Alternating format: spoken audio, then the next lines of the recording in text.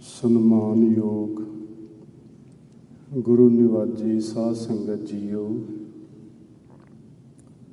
ਆਪ ਜੀ ਨੇ ਸਤਿਗੁਰੂ ਜੀ ਦੀ ਪਰਮ ਪਵਿੱਤਰ ਹਜ਼ੂਰੀ ਵਿੱਚ ਬੈਠ ਕੇ ਗੁਰਬਾਣੀ ਕੀਰਤਨ ਸਰਵਣ ਕੀਤਾ ਹੈ। ਆਓ ਹੁਣ ਆਪਣੀਆਂ ਮਨੋਬਿਰਤੀਆਂ ਗੁਰਮਤਿ ਦੀ ਵਿਚਾਰਧਾਰਾ ਨਾਲ ਜੋੜੀਏ।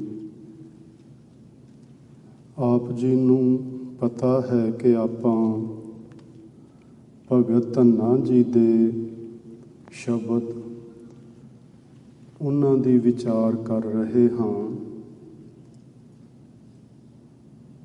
ਪਿਛਲੀ ਕਥਾ ਵਿੱਚ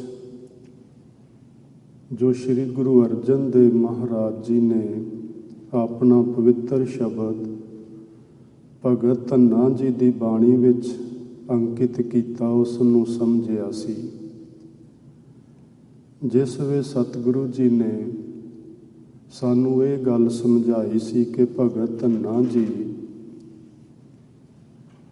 ਉਹਨਾਂ ਨੇ 4 ਮਹਾਂਪੁਰਸ਼ਾਂ ਦੇ ਜੀਵਨ ਬਾਰੇ ਸੁਣਿਆ ਸੀ। ਉਹ 4 ਮਹਾਂਪੁਰਸ਼ ਸਨ ਭਗਤ ਨਾਮਦੇਵ ਜੀ, ਭਗਤ ਕਬੀਰ ਜੀ, ਭਗਤ ਰਵਿਦਾਸ ਜੀ ਅਤੇ ਭਗਤ ਸੈਣ ਜੀ। ਭਗਤ ਧੰਨਾ ਜੀ ਨੇ ਸੁਣਿਆ ਕਿ ਇਹ ਸਾਰੇ ਭਗਤ ਪਰਮੇਸ਼ਵਰ ਦੀ ਭਗਤੀ ਕਰਕੇ, ਵਾਹਿਗੁਰੂ ਜੀ ਦੇ ਨਾਮ ਦਾ ਸਿਮਰਨ ਕਰਕੇ ਉਸ ਅਕਾਲ ਪੁਰਖ ਵਾਹਿਗੁਰੂ ਜੀ ਦੇ ਵਿੱਚ ਅਭੇਦ ਹੋ ਚੁੱਕੇ ਹਨ। ਉਹਨਾਂ ਦੀਆਂ ਜੀਵਨ ਗਾਥਾਵਾਂ ਸੁਣ ਕੇ ਮਨ ਵਿੱਚ ਉਮਾਹ ਪੈਦਾ ਹੋਇਆ, ਮਨ ਵਿੱਚ ਚਾਅ ਪੈਦਾ ਹੋਇਆ ਕਿ ਮੈਂ ਵੀ ਪਰਮਾਤਮਾ ਦੀ ਭਗਤੀ ਕਰਾਂ। ਭਗਤੀ ਉਹਨੇ ਕਿੱਥੋਂ ਵੀ ਸ਼ੁਰੂ ਕੀਤੀ ਹੋਵੇ, ਕਿਸ ਵੀ ਜਗ੍ਹਾ ਤੋਂ ਸ਼ੁਰੂ ਕੀਤੀ ਹੋਵੇ, ਪਰ ਆਖਿਰ ਭਗਤ ਧੰਨਾ ਜੀ ਦੇ ਬਾਰੇ ਸਤਿਗੁਰੂ ਜੀ ਨੇ ਸਾਡੇ ਨਾਲ ਜੋ ਬਚਨ ਕੀਤੇ ਉਹ ਇਹੀ ਸਨ ਕਿ ਇਹ ਬਿਧ ਸੁਣ ਕੇ ਜਾਟਰੋ ਉੱਠ ਭਗਤੀ ਲਾਗਾ, ਮਿਲੇ ਪ੍ਰਤੱਖ ਗੁਸਾਈਆਂ ਧੰਨਾ ਵੱਡ ਭਾਗਾ। ਧੰਨਾ ਵੱਡਿਆਂ ਭਾਗਾਂ ਵਾਲਾ ਬਣ ਗਿਆ ਸੰਤਾਂ ਦੀ ਸੰਗਤ ਕਰਕੇ, ਮਹਾਂਪੁਰਸ਼ਾਂ ਦੀਆਂ ਜੀਵਨ ਗਾਥਾਵਾਂ ਸੁਣ ਕੇ। ਸੋ ਆਓ ਅੱਜ ਆਪਾਂ ਭਗਤ ਧੰਨਾ ਜੀ ਦਾ ਪਾਵਨ ਸ਼ਬਦ ਜੋ ਸ਼੍ਰੀ ਗੁਰੂ ਗ੍ਰੰਥ ਸਾਹਿਬ ਜੀ ਦੇ ਅੰਕ ਨੰਬਰ 488 ਤੇ ਦਰਜ ਹੈ, ਇਸ ਨੂੰ ਲੜੀਵਾਰ ਸਮਝਣ ਦੀ ਕੋਸ਼ਿਸ਼ ਕਰਦੇ ਹਾਂ। ਇਸ ਪਾਵਨ ਸ਼ਬਦ ਦੇ ਅੰਦਰ ਭਗਤ ਧੰਨਾ ਜੀ ਪਰਮੇਸ਼ਵਰ ਉੱਤੇ, ਅਕਾਲ ਪੁਰਖ ਉੱਤੇ ਬਹੁਤ ਵੱਡਾ ਭਰੋਸਾ ਰੱਖਦੇ ਨੇ, ਵਿਸ਼ਵਾਸ ਰੱਖਦੇ ਨੇ ਅਤੇ ਸਾਨੂੰ ਸਭਨਾਂ ਨੂੰ ਸਲਾਹ ਦਿੰਦੇ ਨੇ, ਤਾਕੀਦ ਕਰਦੇ ਨੇ, ਸਿੱਖਿਆ ਦਿੰਦੇ ਨੇ ਕਿ ਬਈ ਤੁਸੀਂ ਵੀ ਪਰਮਾਤਮਾ ਉੱਤੇ ਵਿਸ਼ਵਾਸ ਲਿਆਓ, ਪਰਮਾਤਮਾ 'ਤੇ ਭਰੋਸਾ ਲਿਆਓ। ਹੁਣੇ ਆਪਾਂ ਸੁਣ ਰਹੇ ਸਾਂ ਰਾਮ ਜਨਾਂ ਕੋ ਰਾਮ ਭਰੋਸਾ। ਰੱਬ ਦੇ ਪਿਆਰਿਆਂ ਨੂੰ ਰੱਬ ਦੇ ਉੱਤੇ ਹੀ ਵਿਸ਼ਵਾਸ ਹੁੰਦਾ ਹੈ। ਇੱਥੇ ਭਗਤ ਜੀ ਨੇ 3 ਉਦਾਹਰਨਾਂ ਲਈਆਂ ਨੇ। ਪਹਿਲੀ ਉਦਾਹਰਨ ਉਹ ਸਾਡੇ ਮਨੁੱਖਾ ਜੀਵਨ ਤੋਂ ਹੀ ਲੈਂਦੇ ਨੇ ਕਿ ਮਨੁੱਖਾ ਜੀਵਨ ਦੀ ਜਿਹੜੀ ਪ੍ਰਾਰੰਭਤਾ ਹੈ ਉਹ ਮਾਤਾ ਦੇ ਉਦਰ ਤੋਂ ਹੁੰਦੀ ਹੈ, ਮਾਤਾ ਦੇ ਪੇਟ ਤੋਂ ਜਾਂ ਗਰਭ ਤੋਂ ਹੁੰਦੀ ਹੈ। ਉਹ ਅਕਾਲ ਪੁਰਖ ਵਾਹਿਗੁਰੂ ਇਸ ਜੀਵ ਦੀ ਰੱਖਿਆ, ਸਹਾਇਤਾ, ਇਸ ਦੀ ਪਾਲਣਾ ਮਾਤਾ ਦੇ ਉਦਰ ਵਿੱਚ ਵੀ ਕਰਦਾ ਹੈ। ਦੂਸਰਾ ਪ੍ਰਮਾਣ ਉਹਨਾਂ ਨੇ ਲਿਆ ਹੈ, ਅਸੀਂ ਕੱਛੂ ਕੁੰਮਾ ਆਖਦੇ ਹਾਂ, ਇੱਥੇ ਸ਼ਬਦ ਹੈ ਕੁੰਮੀ, ਕੱਛੂ ਕੁੰਮੀ, ਯਾਨੀ ਉਹਦਾ ਕੱਛੂ ਦਾ ਫੀਮੇਲ। ਉਸ ਦੀ ਉਦਾਹਰਨ ਲੈ ਕੇ ਦੱਸਦੇ ਨੇ ਕਿ ਉਹ ਆਪਣੇ ਬੱਚਿਆਂ ਨੂੰ ਬਾਹਰ ਬਰੇਤੀ 'ਤੇ ਯਾਨੀ ਰੇਤਾ 'ਤੇ ਛੱਡ ਦਿੰਦੀ ਏ, ਯਾਨੀ ਉੱਥੇ ਹੀ ਉਹਦੇ ਬੱਚੇ ਪੈਦਾ ਹੁੰਦੇ ਨੇ। ਉਹਨਾਂ ਦੀ ਪ੍ਰਤੀਪਾਲਨਾ ਕਿਵੇਂ ਹੁੰਦੀ ਹੈ, ਆਪਾਂ ਇਹ ਅੱਗੇ ਜਦੋਂ ਇਸ ਸੰਬੰਧ ਦੀ ਵਿਚਾਰ ਕਰਾਂਗੇ ਫਿਰ ਇਸ ਨੂੰ ਡਿਟੇਲ ਵਿੱਚ ਸਮਝਾਂਗੇ। ਤੀਸਰੀ ਉਦਾਹਰਨ ਉਹਨਾਂ ਨੇ ਲਈ ਹੈ ਕਿ ਜਿਹੜੇ ਕੀੜੇ ਪੱਥਰਾਂ ਦੇ ਵਿੱਚ ਹੁੰਦੇ ਨੇ ਉਹਨਾਂ ਨੂੰ ਰੱਬ ਕਿਵੇਂ ਪਾਲਦਾ ਹੈ, ਉਹਨਾਂ ਦੀ ਸੇਵਾ ਸੰਭਾਲ ਕਿਵੇਂ ਕਰਦਾ ਹੈ। ਅਤੇ ਸਿੱਖਿਆ ਤਾਂ ਇਹ ਹੀ ਦਿੰਦੇ ਨੇ ਭਈ ਜੇ ਉਹ ਇਸ ਤਰ੍ਹਾਂ ਸਾਡੀ ਜੀਵਨ ਦੀ ਪ੍ਰਤੀਪਾਲਨਾ ਮਾਤਾ ਦੇ ਉਦਰ ਵਿੱਚ ਵੀ ਕਰਦਾ ਹੈ, ਉਹਨਾਂ ਬੱਚਿਆਂ ਦੀ ਵੀ ਪਾਲਣਾ ਕਰਦਾ ਜਿਨ੍ਹਾਂ ਕੋਲ ਨਾ ਖੰਭ ਨੇ ਅਤੇ ਨਾ ਉਹਨਾਂ ਦੀ ਮਾਂ ਕੋਲ ਪਿਆਉਣ ਲਈ ਦੁੱਧ ਹੈ, ਉਹਨਾਂ ਦੀ ਵੀ ਸੰਭਾਲ ਕਰਦਾ ਹੈ।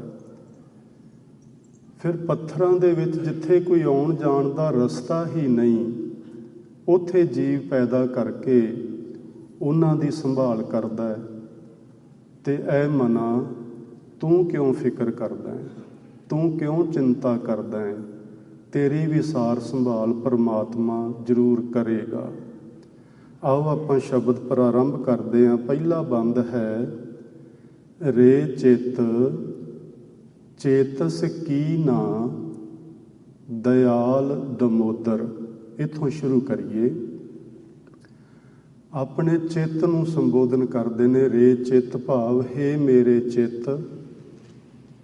ਇਸ ਚਿੱਤ ਸ਼ਬਦ ਨੂੰ ਸਮਝਣ ਲਈ ਅਸੀਂ ਥੋੜ੍ਹਾ ਜਿਹਾ ਧਿਆਨ ਅੰਤਸ਼ਕਰਨ ਵੱਲ ਲੈ ਜਾਂਦੇ ਹਾਂ।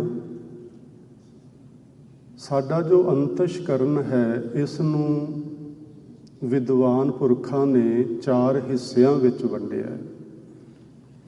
ਇਹਦੇ ਜਿਹੜੇ 4 ਹਿੱਸੇ ਕੀਤੇ ਨੇ, ਉਹਨਾਂ ਵਿੱਚ ਪਹਿਲਾ ਹੈ ਮਨ, ਦੂਜਾ ਹੈ ਬੁੱਧੀ, ਤੀਜਾ ਹੈ ਚਿੱਤ ਅਤੇ ਚੌਥਾ ਹੈ ਅਹੰਕਾਰ। ਇਹ ਸਾਡੇ ਅੰਤਸ਼ਕਰਨ ਨੂੰ ਇਹਨਾਂ 4 ਹਿੱਸਿਆਂ ਵਿੱਚ ਵੰਡਿਆ ਜਾਂਦਾ ਹੈ। ਅਤੇ ਅਸੀਂ ਇਸ ਤਰ੍ਹਾਂ ਆਖ ਸਕਦੇ ਹਾਂ ਕਿ ਸਾਡਾ ਅੰਤਸ਼ਕਰਨ ਇੱਕ ਹੀ ਹੈ, ਪਰ ਜਦੋਂ ਵੱਖ-ਵੱਖ ਰੂਪ ਵਿੱਚ ਵੱਖ-ਵੱਖ ਤਰ੍ਹਾਂ ਨਾਲ ਕੰਮ ਕਰਦਾ ਹੈ ਅਤੇ ਉਸ ਦੇ ਨਾਂ ਬਦਲ ਜਾਂਦੇ ਨੇ। ਜਿਵੇਂ ਇੱਕੋ ਹੀ ਬੰਦਾ ਸੇਵਾ ਕਰਦਾ ਹੈ ਅਤੇ ਉਸ ਨੂੰ ਸੇਵਾਦਾਰ ਆਖਦੇ ਨੇ, ਉਹ ਭਗਤੀ ਕਰਦਾ ਹੈ ਅਤੇ ਉਸ ਨੂੰ ਭਗਤ ਆਖਦੇ ਨੇ, ਜੇ ਉਹ ਕਿਤੇ ਮਾੜਾ ਕਰਮ ਕਰੇ ਅਤੇ ਉਸ ਨੂੰ ਚੋਰ ਠੱਗ ਵੀ ਆਖਦੇ ਨੇ। ਬੰਦਾ ਇੱਕੋ ਹੀ ਹੁੰਦਾ ਹੈ, ਉਸ ਦੇ ਨਾਂ ਉਹਦੇ ਕਰਮਾਂ ਕਰਕੇ ਬਦਲ ਜਾਂਦੇ ਨੇ। ਇਸੇ ਤਰ੍ਹਾਂ ਸਾਡੇ ਅੰਤਸ਼ਕਰਨ ਦੇ ਨਾਮ ਹੀ ਬਦਲ ਜਾਂਦੇ ਨੇ। ਅਸਲ 'ਚ ਅੰਤਸ਼ਕਰਨ ਇੱਕੋ ਹੀ ਹੈ। ਸੋ ਇਹਨੂੰ 4 ਹਿੱਸਿਆਂ ਵਿੱਚ ਵੰਡ ਕੇ ਪਹਿਲਾਂ ਮਨ ਬਣਾਇਆ ਗਿਆ। ਅਤੇ ਮਨ ਦਾ ਮਤਲਬ ਹੈ ਜਿੱਥੋਂ ਸਾਡੇ ਅੰਤਸ਼ਕਰਨ ਵਿੱਚੋਂ ਸੰਕਲਪ ਅਤੇ ਵਿਕਲਪ ਬਣਦੇ ਨੇ। ਸੰਕਲਪ ਤੋਂ ਮਤਲਬ ਹੁੰਦਾ ਹੈ ਕਿਸੇ ਫੁਰਨੇ ਦਾ ਬਣਨਾ, ਅਤੇ ਵਿਕਲਪ ਤੋਂ ਮਤਲਬ ਹੁੰਦਾ ਹੈ ਕਿਸੇ ਫੁਰਨੇ ਦਾ ਮਿਟ ਜਾਣਾ, ਢਹਿ ਜਾਣਾ। ਸੋ ਸਾਡਾ ਮਨ ਸੰਕਲਪ ਕਰਦਾ ਹੈ ਕਿ ਗੁਰਦੁਆਰੇ ਜਾਣਾ ਹੈ ਅਤੇ ਅਸੀਂ ਆ ਜਾਂਦੇ ਹਾਂ। ਜੇ ਮਨ ਵਿਕਲਪ ਕਰੇ ਕਿ ਅੱਜ ਤਾਂ ਬੜੀ ਤੇਜ਼ ਹਵਾ ਚੱਲਦੀ ਹੈ, ਬਹਾਨਾ ਬਣਾਏ ਕਿ ਅੱਜ ਕਿਉਂ ਗੁਰਦੁਆਰੇ ਜਾਣਾ ਹੈ, ਇਹ ਬਣਾ ਲੈਂਦਾ ਹੈ। ਸੋ ਇਹ ਜਿਹੜਾ ਸਾਡਾ ਮਨ ਹੈ, ਇਹ ਸੰਕਲਪ ਅਤੇ ਵਿਕਲਪ ਕਰਦਾ ਹੈ। ਇਹਦੇ ਮੁਤਾਬਕ ਇਹਦੇ ਸੰਕਲਪਾਂ ਅਤੇ ਵਿਕਲਪਾਂ ਨੂੰ ਅੱਗੇ ਬੁੱਧੀ ਸੋਚਦੀ ਹੈ। ਇਹ ਵੀ ਅੰਤਸ਼ਕਰਨ ਦਾ ਹੀ ਕਰਮ ਹੈ, ਪਰ ਇਸ ਨੂੰ ਅੱਗੇ ਅਸੀਂ ਬੁੱਧੀ ਦਾ ਨਾਂ ਵਿਦਵਾਨਾਂ ਨੇ ਦੇ ਦਿੱਤਾ ਹੈ। ਸਾਡਾ ਅੰਤਸ਼ਕਰਨ ਜੋ ਅਸੀਂ ਫੁਰਨਾ ਬਣਾਇਆ, ਜਾਣਾ ਹੈ ਜਾਂ ਨਹੀਂ ਜਾਣਾ, ਉਹਦੇ ਉੱਤੇ ਬੁੱਧੀ ਵਿਚਾਰ ਕਰਦੀ ਹੈ ਕਿ ਜੇ ਮੈਂ ਜਾਣਾ ਹੈ ਤਾਂ ਕਿਉਂ ਜਾਣਾ ਹੈ, ਜਾਣਾ ਠੀਕ ਹੈ ਕਿ ਨਹੀਂ, ਜੇ ਨਹੀਂ ਜਾਣਾ ਤਾਂ ਕਿਉਂ ਨਹੀਂ ਜਾਣਾ, ਨਹੀਂ ਜਾਣਾ ਠੀਕ ਹੈ ਕਿ ਨਹੀਂ। ਇਹ ਫਿਰ ਬੁੱਧੀ ਇਹਦੇ 'ਤੇ ਵਿਚਾਰ ਕਰਦੀ ਹੈ ਅਤੇ ਸਾਨੂੰ ਸਹੀ ਫੈਸਲਾ ਸੁਣਾਉਂਦੀ ਹੈ। ਇਹ ਹੈ ਅੰਤਸ਼ਕਰਨ ਦਾ ਦੂਸਰਾ ਭਾਗ। ਤੀਸਰਾ ਭਾਗ ਹੁੰਦਾ ਹੈ ਚਿੱਤ। ਇਹਨੂੰ ਅਸੀਂ ਬਹੁਤ ਵਾਰੀ ਲੋਕੀ ਮਨ ਆਖ ਦਿੰਦੇ ਨੇ, ਮਨ ਨਹੀਂ ਹੈ। ਮਨ ਸੰਕਲਪ ਅਤੇ ਵਿਕਲਪ ਕਰਦਾ ਹੈ, ਫੁਰਨਾ ਉਠਾਉਂਦਾ ਅਤੇ ਮਿਟਾਉਂਦਾ ਹੈ। ਬੁੱਧੀ ਨਿਰਣਾ ਕਰਦੀ ਹੈ ਕਿ ਇਹ ਜੋ ਸੰਕਲਪ ਬਣਿਆ ਜਾਂ ਮਿਟਿਆ ਹੈ, ਇਹ ਠੀਕ ਹੈ ਜਾਂ ਨਹੀਂ। ਫਿਰ ਚਿੱਤ ਦਾ ਕਰਮ ਹੈ ਉਸ ਨੂੰ ਯਾਦ ਰੱਖਣਾ, ਉਹ ਜੋ ਸਾਡੇ ਮਨ ਨੇ ਸੰਕਲਪ ਉਠਾਇਆ, ਵਿਕਲਪ ਉਠਾਇਆ, ਸਾਡੀ ਬੁੱਧੀ ਨੇ ਉਹਦੇ ਉੱਤੇ ਇੱਕ ਨਿਰਣਾ ਲਿਆ, ਉਸ ਨਿਰਣੇ ਨੂੰ ਚੇਤੇ 'ਚ ਰੱਖਣਾ ਇਹ ਚਿੱਤ ਦਾ ਕੰਮ ਹੈ। ਇਹ ਤਿੰਨ ਚੀਜ਼ਾਂ ਹੋ ਗਈਆਂ। ਚੌਥੀ ਚੀਜ਼ ਹੈ ਅਹੰਕਾਰ। ਅਹੰਕਾਰ ਦਾ ਮਤਲਬ ਹੈ ਮਮਤਵ, ਮੇਰਾਪਨਾ, ਮੇਰਾ। ਉੱਥੇ ਦਸੀਆਂ ਤਿੰਨਾਂ ਚੀਜ਼ਾਂ ਦੇ ਨਾਲ ਜੇ ਸਾਡਾ ਕੋਈ ਸੰਬੰਧ ਜੋੜਦੀ ਹੈ ਚੀਜ਼, ਤੇ ਉਹ ਸਾਡੀ ਮਮਤਵ ਹੈ, ਸਾਡਾ ਅਹਮ ਹੈ, ਸਾਡਾ ਅਹੰਕਾਰ ਹੈ।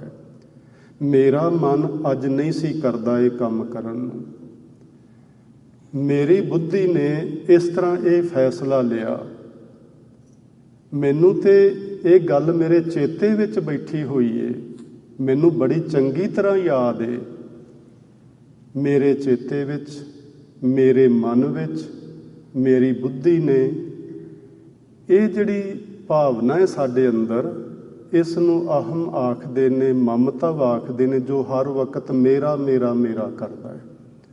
ਸੋ ਇਹ ਚਾਰ ਚੀਜ਼ਾਂ ਵਿੱਚੋਂ ਅੱਜ ਭਗਤ ਧੰਨਾ ਜੀ ਸਾਡੇ ਚਿੱਤ ਨੂੰ ਸੰਬੋਧਨ ਕਰਦੇ ਨੇ। ਐ ਮੇਰੀ ਚੇਤਾ ਸ਼ਕਤੀ, ਚੇਤਸ ਕੀ ਨਾਂ। ਸਾਡੇ ਚੇਤੇ ਵਿੱਚ ਰੱਬ ਦਾ ਨਾਂ ਹੈ ਆ। ਇਹ ਨਹੀਂ ਕਿ ਸਾਨੂੰ ਰੱਬ ਦਾ ਨਾਂ ਕਿਤੇ ਆਉਂਦਾ ਨਹੀਂ, ਜਾਂ ਅਸੀਂ ਕਦੀ ਸੁਣਿਆ ਨਹੀਂ, ਜਾਂ ਸਾਨੂੰ ਪਤਾ ਹੀ ਨਹੀਂ, ਐਸਾ ਨਹੀਂ। ਸਾਡੇ ਚੇਤੇ ਵਿੱਚ ਰੱਬ ਦਾ ਨਾਂ ਹੈ। ਚੰਗੇ ਕਰਮ ਕਮਾਉਣ ਦਾ ਜੋ ਸਾਡੀ ਬੁੱਧੀ ਨੇ ਫੈਸਲੇ ਲਏ ਨੇ, ਨਿਰਣੇ ਲਏ ਹੋਏ ਨੇ, ਉਹ ਵੀ ਸਾਡੇ ਚੇਤੇ ਵਿੱਚ ਨੇ। ਕੁਝ ਮਾੜਾ ਹੈ ਉਹ ਵੀ ਸਾਡੇ ਚਿੱਤ ਵਿੱਚ ਹੈ। ਸਾਡੇ ਚਿੱਤ ਵਿੱਚ ਇਹ ਸਭ ਕੁਝ ਜਨਮਾਂ ਜਨਮਾਂਤਰਾਂ ਦਾ ਇਕੱਠਾ ਹੋਇਆ ਪਿਆ ਹੈ। ਪ੍ਰਭੂ ਦੀ ਭਗਤੀ ਵੀ ਸਾਡੇ ਚਿੱਤ ਵਿੱਚ ਹੈ, ਪਰ ਉਹ ਆਖਦੇ ਨੇ ਚੇਤਸ ਕੀ ਨਾ। ਐ ਮੇਰੇ ਚੇਤੇ, ਤੇਰੇ ਵਿੱਚ ਪ੍ਰਭੂ ਦੀ ਭਗਤੀ, ਪ੍ਰਭੂ ਦਾ ਨਾਮ ਤੇ ਹੈ, ਪਰ ਤੂੰ ਉਸ ਨੂੰ ਚੇਤੇ ਕਿਉਂ ਨਹੀਂ ਕਰਦਾ, ਤੂੰ ਉਸ ਨੂੰ ਭੁਲਾਇਆ ਕਿਉਂ ਹੋਇਆ। ਅਸਲ ਵਿੱਚ ਜਦੋਂ ਅਸੀਂ ਸਿਮਰਨ ਕਰਦੇ ਹਾਂ ਤੇ ਸਿਮਰਨ ਦਾ ਅਰਥ ਜਾਂ ਸਿਮਰਨ ਦਾ ਅਰਥ ਵੀ ਚੇਤਾ ਕਰਨਾ ਹੀ ਹੈ। ਅਸੀਂ ਉਸ ਨੂੰ ਭੁਲਾ ਕੇ ਬੈਠੇ ਹਾਂ, ਬਸ ਚੇਤਾ ਕਰਨਾ ਹੈ। ਸਾਡੇ ਚਿੱਤ ਵਿੱਚ ਉਹ ਹੈ। ਦਇਆਲ ਦਮੋਦਰ ਕਿਸ ਨੂੰ ਚੇਤੇ ਕਰਨਾ ਹੈ। ਦਇਆਲ ਦਾ ਅਰਥ ਹੈ ਦਇਆ ਦਾ ਘਰ। ਦਮੋਦਰ ਦੇ ਕਈ ਸਾਰੇ ਅਰਥ ਨੇ, ਪਰ ਮੈਂ ਤੁਹਾਡੇ ਨਾਲ ਦੋ ਅਰਥ ਸਾਂਝੇ ਕਰਾਂਗਾ। ਇੱਕ ਦਮੋਦਰ ਦਾ ਅਰਥ ਹੈ, ਇਹ ਅਸਲ 'ਚ ਦੋ ਸ਼ਬਦਾਂ ਦੇ ਸੁਮੇਲ ਤੋਂ ਬਣਿਆ ਹੋਇਆ ਹੈ। ਦਾਮ ਜਮਾ ਉਦਰ, ਦਾਮ ਜਮਾ ਉਦਰ, ਦਾਮੋਦਰ। ਦਾਮ ਦਾ ਅਰਥ ਕਾਹਨ ਸਿੰਘ ਜੀ ਕਰਦੇ ਨੇ ਰੱਸੀ, ਉਦਰ ਆਪਾਂ ਸਮਝਦੇ ਹਾਂ ਪੇਟ। ਪੇਟ ਦੇ ਦੁਆਲੇ ਰੱਸੀ ਬੰਨ੍ਹ ਲਈਏ ਤੇ ਉਸ ਨੂੰ ਦਮੋਦਰ ਆਖਦੇ ਨੇ। ਯਸ਼ੋਦਾ ਮਾਤਾ ਨੇ ਕ੍ਰਿਸ਼ਨ ਜੀ ਛੋਟੀ ਉਮਰ ਵਿੱਚ ਕਿਤੇ, ਅਸੀਂ ਸਾਰੇ ਹੀ ਬੱਚੇ ਹੁੰਦੇ ਆ ਇਲਤਾਂ ਹੀ ਕਰਦੇ ਹੀ ਹਾਂ, ਸ਼ਰਾਰਤਾਂ ਕਰਦੇ ਹਾਂ, ਉਹ ਵੀ ਕਰਦਾ ਹੋਣਾ ਹੈ ਕਿਤੇ, ਉਹਨੇ ਉਹਦੇ ਪੇਟ ਦੁਆਲੇ ਰੱਸੀ ਪਾ ਕੇ ਉਹਨੂੰ ਉੱਥੇ ਬੰਨ੍ਹ ਦਿੱਤਾ, ਉਹਦਾ ਨਾਂ ਦਮੋਦਰ ਪੈ ਗਿਆ। ਇਸ ਤਰ੍ਹਾਂ ਕ੍ਰਿਸ਼ਨ ਜੀ ਦਾ ਨਾਂ ਦਮੋਦਰ ਪੈ ਗਿਆ। ਉਹਨੇ ਬੰਨਿਆ ਤੇ ਮਜ਼ਾਕ ਨਾਲ ਹੀ ਹੋਣਾ, ਆਪਾਂ ਵੀ ਤੇ ਬੱਚਿਆਂ ਨਾਲ ਇਹੋ ਜਿਹੀਆਂ ਗੱਲਾਂ ਕਈ ਵਾਰੀ ਕਰ ਹੀ ਲੈਂਦੇ ਹਾਂ। ਹੁਣ ਵਿਦਵਾਨ ਸੱਜਣ ਆਖਦੇ ਨੇ ਕਿ ਦਮੋਦਰ ਨਾਂ ਰੱਬ ਜੀ ਲਈ ਕਿਵੇਂ ਵਰਤਿਆ ਜਾਂਦਾ ਹੈ, ਰੱਬ ਨੂੰ ਕਿਹਨੇ ਰੱਸੀ ਪਾ ਕੇ ਬੰਨ੍ਹ ਲਿਆ। ਅਸਲ ਵਿੱਚ ਇਹ ਸਮੁੱਚਾ ਬ੍ਰਹਿਮੰਡ ਜਿਹੜਾ ਹੈ ਨਾ, ਇਹ ਸਾਰਾ ਦਾ ਸਾਰਾ ਬ੍ਰਹਿਮੰਡ ਰੱਬ ਦੇ ਵਿੱਚ ਹੈ, ਤੇ ਇਸ ਨੂੰ ਵਿਦਵਾਨ ਸੱਜਣ ਆਖਦੇ ਨੇ ਪਰਮਾਤਮਾ ਦੇ ਉਦਰ ਵਿੱਚ ਹੈ। ਇਹ ਸਾਰਾ ਬ੍ਰਹਿਮੰਡ ਪਰਮਾਤਮਾ ਦੇ ਉਦਰ ਵਿੱਚ ਹੈ। ਪਰਮਾਤਮਾ ਦਾ ਇੱਕ ਸਿਧਾਂਤ ਰੂਪ ਰੱਸੀ ਇਸ ਦੇ ਚੁਫੇਰੇ ਲਪੇਟੀ ਹੋਈ ਹੈ। ਯਾਨੀ ਪਰਮਾਤਮਾ ਦਾ ਹੁਕਮ, ਪਰਮਾਤਮਾ ਦਾ ਸਿਧਾਂਤ ਜਿਸ ਦੁਆਰਾ ਉਹ ਇਸ ਵਿਸ਼ਵ ਨੂੰ ਚਲਾ ਰਿਹਾ ਹੈ, ਉਹ ਇੱਕ ਰੱਸੀ ਹੈ, ਇੱਕ ਸੂਤਰ ਹੈ। ਇਸ ਕਰਕੇ ਉਹਦਾ ਨਾਮ ਹੀ ਦਮੋਦਰ ਰੱਖ ਦਿੱਤਾ ਗਿਆ ਕਿ ਉਸ ਦੇ ਸਿਧਾਂਤ ਰੂਪ ਸੂਤਰ ਵਿੱਚ, ਸਿਧਾਂਤ ਰੂਪ ਰੱਸੀ ਵਿੱਚ ਇਹ ਸਾਰੇ ਦਾ ਸਾਰਾ ਬ੍ਰਹਿਮੰਡ ਜਿਹੜਾ ਹੈ ਬੱਝਾ ਹੋਇਆ ਹੈ। ਇਸ ਲਈ ਪਰਮਾਤਮਾ ਨੂੰ ਵੀ ਦਮੋਦਰ ਆਖ ਦਿੰਦੇ ਨੇ। ਰੇ ਚਿੱਤ ਐ ਮੇਰੇ ਚੇਤਾ ਸ਼ਕਤੀ, ਚੇਤਸ ਕੀ ਨਾ ਦਇਆਲ ਦਮੋਦਰ। ਉਸ ਪਰਮਾਤਮਾ ਨੂੰ ਤੂੰ ਚੇਤੇ ਕਿਉਂ ਨਹੀਂ ਕਰਦਾ। ਦੇਖ ਬਿਬਹਿ ਨਾ ਜਾਣਸ ਕੋਈ, ਬਿਬਹਿ ਦਾ ਅਰਥ ਹੈ ਬਿਬ ਮੈਨੇ ਦੂਸਰਾ, ਹਰ ਹਰ ਜਨ ਦੋਏ ਏਕ ਹੈ, ਬਿਬ ਵਿਚਾਰ ਕਛ ਨਾ ਹੈ। ਬਿਬ ਵਿਚਾਰ ਦੂਜੀ ਕੋਈ ਵਿਚਾਰ ਨਹੀਂ, ਰੱਬ ਤੇ ਰੱਬ ਦੇ ਪਿਆਰੇ ਇੱਕੋ ਹੀ ਰੂਪ ਹੁੰਦੇ ਨੇ। ਸੋ ਬਿਬ ਦਾ ਅਰਥ ਹੈ ਦੂਸਰਾ। ਬਿਬਹਿ ਨ ਜਾਣਸ ਕੋਈ, ਤੇਰੇ ਅੰਦਰ ਦੀ ਹਾਲਤ ਜੋ ਹੈ ਤੇਰੀ, ਉਹ ਜੋ ਵੀ ਹੈ ਕੋਈ ਹੋਰ ਨਹੀਂ ਜਾਣਦਾ ਇੱਕ ਰੱਬ ਨੂੰ ਛੱਡ ਕੇ, ਇੱਕ ਦਇਆਲ ਦਮੋਦਰ ਨੂੰ ਛੱਡ ਕੇ। ਉਹ ਤੇਰੇ ਦਿਲ ਦੀ ਹਰ ਗੱਲ ਜਾਣਦਾ ਹੈ, ਤੇਰੀ ਅਵਸਥਾ ਨੂੰ ਜਾਣਦਾ ਹੈ, ਤੇਰੀ ਹਰ ਤਰ੍ਹਾਂ ਦੀ ਚੰਗੀ ਤੇ ਮਾੜੀ ਕਿਰਿਆ ਨੂੰ ਜਾਣਦਾ ਹੈ। ਤੂੰ ਉਸ ਨੂੰ ਕਿਉਂ ਨਹੀਂ ਚੇਤੇ ਕਰਦਾ, ਤੂੰ ਉਸ ਨੂੰ ਕਿਉਂ ਨਹੀਂ ਯਾਦ ਕਰਦਾ। ਜੇ ਤੈਨੂੰ ਕੁਝ ਜ਼ਰੂਰਤ ਵੀ ਏ, ਤੂੰ ਕੁਝ ਮੰਗਣਾ ਵੀ ਚਾਹੁੰਦਾ ਹੈ, ਜ਼ਿੰਦਗੀ 'ਚ ਕੁਝ ਪ੍ਰਾਪਤ ਵੀ ਕਰਨਾ ਚਾਹੁੰਦਾ ਹੈ, ਤੇ ਕੋਈ ਮਾੜੀ ਗੱਲ ਤੇ ਨਹੀਂ ਕਰ, ਪਰ ਉਹਨੂੰ ਚੇਤੇ ਕਰ ਜਿਹੜਾ ਦੇਣ ਦੀ ਸਮਰੱਥਾ ਰੱਖਦਾ ਹੈ। ਬਾਕੀਆਂ ਲੋਕਾਂ ਨੂੰ ਕਿਉਂ ਯਾਦ ਕਰਦਾ ਹੈ। ਇਹਦਾ ਮਤਲਬ ਇਹ ਨਹੀਂ ਲੈਣਾ ਕਿ ਬਾਕੀਆਂ ਨੂੰ ਅਸੀਂ ਭੁਲਾ ਦੇਣਾ, ਇਹਦਾ ਮਤਲਬ ਹੈ ਕਿ ਰੱਬ ਦਾ ਸਿਮਰਨ ਕਰ। ਸੋ ਰੱਬ ਦਾ ਸਿਮਰਨ ਕਰਨ ਲਈ ਸਾਨੂੰ ਜਦੋਂ ਆਪਾਂ ਰਹਿਰਾਸ ਸਾਹਿਬ ਜੀ ਦਾ ਪਾਠ ਕਰਦੇ ਹਾਂ ਤੇ ਪਹਿਲੇ ਪਾਤਸ਼ਾਹ ਦੇ ਬਚਨਾਂ ਵਿੱਚ ਮਨ ਏਕ ਨ ਚੇਤਸ ਮੂੜ ਮਨਾ, ਐ ਮੇਰੇ ਮੂਰਖ ਮਨਾ, ਜਿਹਨੂੰ ਇੱਥੇ ਭਗਤ ਜੀ ਸਾਡੇ ਚਿੱਤ ਨੂੰ ਸੰਬੋਧਨ ਕਰਕੇ ਆਖ ਰਹੇ ਨੇ, ਗੁਰੂ ਜੀ ਮਨ ਨੂੰ ਸੰਬੋਧਨ ਕਰਕੇ ਆਖਦੇ ਨੇ, ਮਨ ਏਕ ਨਾ ਚੇਤਸ, ਤੂੰ ਉਸ ਇੱਕ ਨੂੰ ਕਿਉਂ ਨਹੀਂ ਯਾਦ ਕਰਦਾ। ਮੂੜ ਮਨਾ, ਮੇਰੇ ਮੂਰਖ ਮਨਾ, ਵੀ ਗੁਰੂ ਜੀ ਉਹਨੂੰ ਕਿਉਂ ਯਾਦ ਕਰੀਏ। ਸਤਿਗੁਰੂ ਆਖਣ ਲੱਗੇ, ਹਰ ਬਿਸਰਤ ਉਸ ਇੱਕ ਨੂੰ ਵਿਸਾਰ ਕੇ ਤੇਰੇ ਗੁਣ ਗਲਿਆ। ਤੇਰੇ ਗੁਣ ਖਤਮ ਹੁੰਦੇ ਜਾ ਰਹੇ ਨੇ, ਜਿਹੜੇ ਤੇਰੇ ਵਿੱਚ ਗੁਣ ਰੱਬ ਜੀ ਨੇ ਪਾਏ ਨੇ, ਸਾਡੇ ਸਭਨਾਂ 'ਚ ਹੀ ਪਾਏ ਨੇ, ਪਰ ਉਸ ਦੀ ਯਾਦ ਨੂੰ ਭੁਲਾ ਕੇ ਉਹ ਰੱਬੀ ਗੁਣ ਸਾਡੇ ਖਤਮ ਹੁੰਦੇ ਜਾ ਰਹੇ ਨੇ। ਤੇ ਇੱਕ ਗੱਲ ਯਾਦ ਰੱਖਣ ਵਾਲੀ ਹੈ ਕਿ ਅਸੀਂ ਹਰ ਵਕਤ ਕਿਸੇ ਨਾ ਕਿਸੇ ਚੀਜ਼ ਨੂੰ ਚਿੱਤ ਵਿੱਚ ਰੱਖਦੇ ਹੀ ਹਾਂ। ਜੇ ਰੱਬ ਵਿਸਰਿਆ ਤੇ ਰੱਬ ਦੀ ਜਗ੍ਹਾ, ਕਿਉਂਕਿ ਦੋ ਹੀ ਚੀਜ਼ਾਂ ਨੇ, ਤੀਜੀ ਤੇ ਕੋਈ ਚੀਜ਼ ਹੈ ਹੀ ਨਹੀਂ, ਇੱਕ ਕੁਦਰਤ ਹੈ ਤੇ ਇੱਕ ਰੱਬ ਹੈ, ਯਾਨੀ ਇੱਕ ਪਰਮਾਤਮਾ ਹੈ, ਦੂਜੀ ਮਾਇਆ ਹੈ। ਹੋਰ ਕੁਝ ਵੀ ਨਹੀਂ ਹੈ ਸੰਸਾਰ ਵਿੱਚ, ਇਹ ਦੋ ਹੀ ਚੀਜ਼ਾਂ ਨੇ। ਮਾਇਆ ਰੱਬ ਜੀ ਤੋਂ ਪੈਦਾ ਹੁੰਦੀ ਹੈ, ਰੱਬ ਜੀ ਆਪਣੇ ਆਪ ਤੋਂ ਪੈਦਾ ਨੇ, ਉਹਨਾਂ ਨੂੰ ਕਿਸੇ ਨੇ ਪੈਦਾ ਨਹੀਂ ਕੀਤਾ ਹੋਇਆ।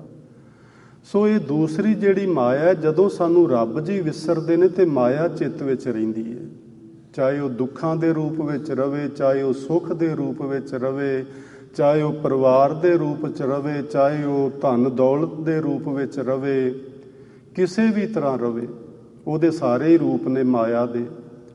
ਸੋ ਕਿਸੇ ਰੂਪ ਵਿੱਚ ਵੀ ਉਹ ਯਾਦ ਰਵੇ। ਜਦੋਂ ਸਾਨੂੰ ਰੱਬ ਜੀ ਭੁੱਲਦੇ ਨੇ, ਸਾਨੂੰ ਮਾਇਆ ਦਾ ਚੇਤਾ ਬਣਿਆ ਰਹਿੰਦਾ ਹੈ। ਸੋ ਗੱਲ ਇੰਨੀ ਕਿ ਸਤਿਗੁਰੂ ਸਾਨੂੰ ਸਮਝਾ ਰਹੇ ਨੇ, ਹਰ ਬਿਸਰਤ ਤੇਰੇ ਗੁਣ ਗਲਿਆ। ਜੇ ਤੂੰ ਵਾਹਿਗੁਰੂ ਜੀ ਨੂੰ ਭੁਲਾਏਂਗਾ, ਉਹਨੂੰ ਭੁਲਾਏਂਗਾ ਤੇ ਮਾਇਆ ਚਿੱਤ ਵਿੱਚ ਵਸੇਗੀ। ਮਾਇਆ ਚਿੱਤ ਵਿੱਚ ਵਸੇਗੀ ਤੇ ਜਿਹੜੇ ਚੰਗੇ ਸ਼ੁਭ ਗੁਣ ਨੇ, ਰੱਬੀ ਗੁਣ ਨੇ, ਜਿਨ੍ਹਾਂ ਨੂੰ ਅਸੀਂ ਦੈਵੀ ਗੁਣ ਆਖਦੇ ਹਾਂ, ਉਹ ਤੇਰੇ ਖਤਮ ਹੋ ਜਾਣਗੇ। ਇਸ ਲਈ ਉਸ ਮਾਲਕ ਨੂੰ ਯਾਦ ਕਰ। ਮਾਲਕ ਨੂੰ ਯਾਦ ਕਰਨ ਨਾਲ ਤੇਰੇ ਅੰਦਰ ਗੁਣਾਂ ਦਾ ਵਾਧਾ ਹੋਏਗਾ, ਗੁਣ ਘਟਣਗੇ ਨਹੀਂ। ਅੱਗੇ ਭਗਤ ਜੀ ਦੂਸਰੀ ਲਾਈਨ ਜਿਹੜੀ ਹੈ ਪਹਿਲੇ ਬੰਦ ਦੀ, ਰਹਾਉ ਵਾਲੇ ਬੰਦ ਦੀ, ਉਹਦੇ ਵਿੱਚ ਆਖਦੇ ਨੇ, ਜੇ ਧਾਵੈ ਬ੍ਰਹਿਮੰਡ ਖੰਡ ਕਉ। ਧਾਵੈ ਤੋਂ ਮਤਲਬ ਹੁੰਦਾ ਦੌੜਨਾ। ਬ੍ਰਹਿਮੰਡ ਖੰਡ, ਬ੍ਰਹਿਮੰਡ ਇਹ ਸਮੁੱਚਾ ਆਕਾਰ ਜੋ ਜਿਹਦੇ ਵਿੱਚ ਧਰਤੀ ਹੈ। ਧਰਤੀ ਉਸ ਬ੍ਰਹਿਮੰਡ ਦਾ ਇੱਕ ਖੰਡ ਹੈ, ਇੱਕ ਹਿੱਸਾ ਹੈ। ਖੰਡ ਮੈਨੇ ਹਿੱਸਾ। ਇਸ ਪੂਰੇ ਬ੍ਰਹਿਮੰਡ ਦਾ ਧਰਤੀ ਇੱਕ ਖੰਡ ਹੈ, ਇੱਕ ਹਿੱਸਾ ਹੈ। ਤੇ ਇਸ ਧਰਤੀ ਨੂੰ ਅੱਗੇ 9 ਖੰਡਾਂ ਵਿੱਚ ਵੰਡਿਆ ਜਾਂਦਾ ਹੈ। ਧਰਤੀ ਦੇ 9 ਖੰਡ ਨੇ। ਗੁਰੂ ਅਰਜਨ ਦੇਵ ਜੀ ਨੇ ਆਖਿਆ ਸੁਖਮਨੀ ਸਾਹਿਬ ਵਿੱਚ, 9 ਖੰਡ ਪ੍ਰਿਥਵੀ ਫਿਰੈ ਚਿਰ ਜੀਵੈ। 9 ਖੰਡ ਪ੍ਰਿਥਵੀ। ਇਸ ਧਰਤੀ ਨੂੰ ਅੱਗੇ 9 ਖੰਡਾਂ ਵਿੱਚ ਵੰਡਿਆ ਜਾਂਦਾ ਹੈ। ਹੁਣ ਭਗਤ ਜੀ ਆਖਦੇ ਨੇ, ਜੇ ਧਾਵਹਿ ਬ੍ਰਹਿਮੰਡ ਖੰਡ ਕਉ। ਜੇ ਤੂੰ ਧਰਤੀ ਦੇ 9 ਖੰਡਾਂ ਉੱਤੇ ਹੀ ਧਨ ਦੌਲਤ ਦੀ ਪ੍ਰਾਪਤੀ ਲਈ ਦੌੜਿਆ ਭੱਜਿਆ ਫਿਰੇ, ਪਰ ਕਰਤਾ ਕਰੈ ਸੋ ਹੋਈ। ਜੋ ਵਾਹਿਗੁਰੂ ਜੀ ਨੂੰ ਮਨਜ਼ੂਰ ਹੋਏਗਾ ਕੇਵਲ ਉਹ ਹੀ ਹੋਣਾ ਹੈ। ਤੇਰੇ ਦੌੜ ਭੱਜ ਕਰਨ ਨਾਲ ਕੁਝ ਨਹੀਂ ਬਣਨ ਵਾਲਾ। ਇਹਦਾ ਮਤਲਬ ਇਹ ਨਾ ਲੈਣਾ ਕਿ ਆਪਾਂ ਉੱਦਮ ਨਹੀਂ ਕਰਨਾ, ਦੌੜ ਭੱਜ ਨਹੀਂ ਕਰਨੀ, ਇਹ ਨਹੀਂ ਗੱਲ। ਗੱਲ ਇਹ ਹੈ ਕਿ ਫਿਕਰ ਤਿਆਗਣਾ ਹੈ, ਚਿੰਤਾ ਛੱਡਣੀ ਹੈ, ਉੱਦਮ ਜ਼ਰੂਰ ਕਰਦੇ ਰਹਿਣਾ ਹੈ। ਉੱਦਮ ਕਰੋ ਪਰ ਚਿੰਤਾ ਨਾ ਕਰੋ। ਉਸ ਚਿੰਤਾ ਵਿੱਚ ਚਿੰਤਾ ਤੁਰ ਨਾ ਹੋਵੋ।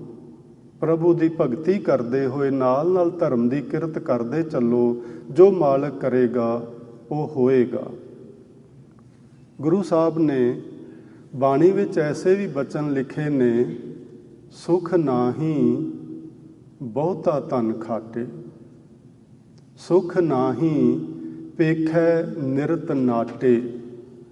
ਨਾਟਕਾਂ ਵਿੱਚ ਨਿਰਤ ਨਾਚ ਵੇਖਣਾ, ਉਹਦੇ ਨਾਲ ਵੀ ਸੁੱਖ ਨਹੀਂ। ਬਹੁਤਾ ਧਨ ਖੱਟਣ ਨਾਲ ਵੀ ਸੁੱਖ ਨਹੀਂ। ਸੁਖ ਨਾਹੀਂ ਬਹੁ ਦੇਸ਼ ਕਮਾਏ। ਬਹੁਤਿਆਂ ਦੇਸ਼ਾਂ ਨੂੰ ਜਿੱਤ ਲਈਏ, ਬਹੁਤਿਆਂ ਦੇਸ਼ਾਂ ਵਿੱਚ ਜਾ ਕੇ ਧਨ ਪਦਾਰਥ ਕਮਾ ਲਈਏ, ਉਹਦੇ ਵਿੱਚ ਵੀ ਸੁੱਖ ਨਹੀਂ। ਫਿਰ ਗੁਰੂ ਜੀ ਸੁੱਖ ਕਿੱਥੇ ਆ? ਨਾ ਤੁਸੀਂ ਆਖਦੇ ਹੋ ਦੇਸ਼ ਦੇਸ਼ਾਂਤਰਾਂ ਵਿੱਚ ਘੁੰਮਿਆ ਫਿਰਿਆ, ਧਨ ਪਦਾਰਥ ਕਮਾਇਆ ਸੌਖੇ, ਨਾ ਬਹੁਤਾ ਧਨ ਖੱਟਿਆ ਸੌਖੇ, ਨਾ ਮੂਵੀਆਂ ਸ਼ੂਵੀਆਂ ਵੇਖਿਆ ਸੌਖੇ। ਫਿਰ ਸੁੱਖ ਹੈ ਕਿੱਥੇ? ਸਰਬ ਸੁੱਖਾ ਹਰ ਹਰ ਗੁਣ ਗਾਏ। ਪਰਮਾਤਮਾ ਦਾ ਨਾਮ ਸਿਮਰਨ ਕਰਨ ਨਾਲ ਸਾਰੇ ਹੀ ਸੁੱਖ ਨਸੀਬ ਹੋ ਜਾਣਗੇ। ਤੇ ਮੈਂ ਤੇ ਇਸ ਤਰ੍ਹਾਂ ਹੀ ਸੋਚਦਾ, ਜਦੋਂ ਮਨ ਬੰਦੇ ਦਾ ਸ਼ਾਂਤ ਹੋਵੇ ਸਾਰੇ ਸੁੱਖ ਹੀ ਮਿਲ ਜਾਂਦੇ ਨੇ। ਜ਼ਰੂਰੀ ਨਹੀਂ ਕਿ ਉਹਦੀਆਂ ਬਿਲਡਿੰਗਾਂ ਵੱਡੀਆਂ ਵੱਡੀਆਂ ਮਿਲ ਜਾਣੀਆਂ, ਉਹਨੂੰ ਕੋਈ ਚੰਗੀਆਂ ਸਵਾਰੀਆਂ ਮਿਲ ਜਾਣੀਆਂ, ਇਹ ਨਹੀਂ ਜ਼ਰੂਰੀ। ਮਨ ਦੀ ਸ਼ਾਂਤੀ ਜ਼ਰੂਰੀ ਹੈ। ਸ਼ਾਂਤੀ ਮਿਲ ਗਈ ਤੇ ਸੁੱਖ ਮਿਲ ਗਿਆ। ਜੇ ਮਨ ਅਸ਼ਾਂਤ ਹੈ ਤੇ ਇਹ ਸਾਰੇ ਕੁਛ ਵਿੱਚ ਵੀ ਉਹਨੇ ਅਸ਼ਾਂਤ ਹੀ ਰਹਿਣਾ, ਸੁੱਖ ਨਹੀਂ ਮਿਲਣਾ। ਸੋ ਭਗਤ ਜੀ ਆਖਦੇ ਨੇ, ਜੇ ਧਾਵਹਿ ਬ੍ਰਹਿਮੰਡ ਖੰਡ ਕਉ ਕਰਤਾ ਕਰੈ ਸੋ ਹੋਈ। ਗੁਰੂ ਨਾਨਕ ਦੇਵ ਮਹਾਰਾਜ ਜੀ ਨੇ ਆਖਿਆ ਸੀ, ਵਦੀ ਸੋ ਵੱਜਗ ਨਾਨਕਾ।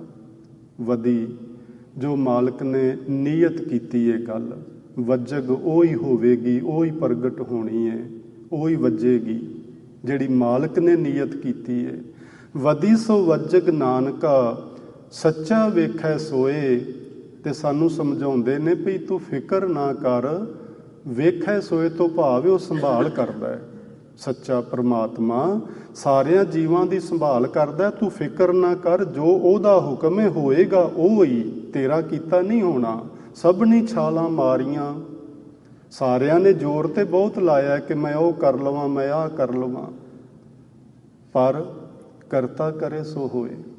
ਜੋ ਕਰਤਾ ਕਰੇਗਾ ਹੋਏਗਾ ਤੇ ਬਈ ਉਹ ਹੀ। ਬਾਕੀ ਅਸੀਂ ਉੱਦਮ ਕਰਦੇ ਰਹੀਏ ਪਰ ਉਹਨੂੰ ਯਾਦ ਰੱਖੀਏ, ਉਹਨੂੰ ਨਾ ਭੁਲਾਈਏ। ਸੋ ਪਹਿਲੇ ਬੰਦ ਵਿੱਚ ਭਗਤ ਧੰਨਾ ਜੀ ਸਾਨੂੰ ਇਹ ਸਿੱਖਿਆ ਬਖਸ਼ਿਸ਼ ਕਰਦੇ ਨੇ।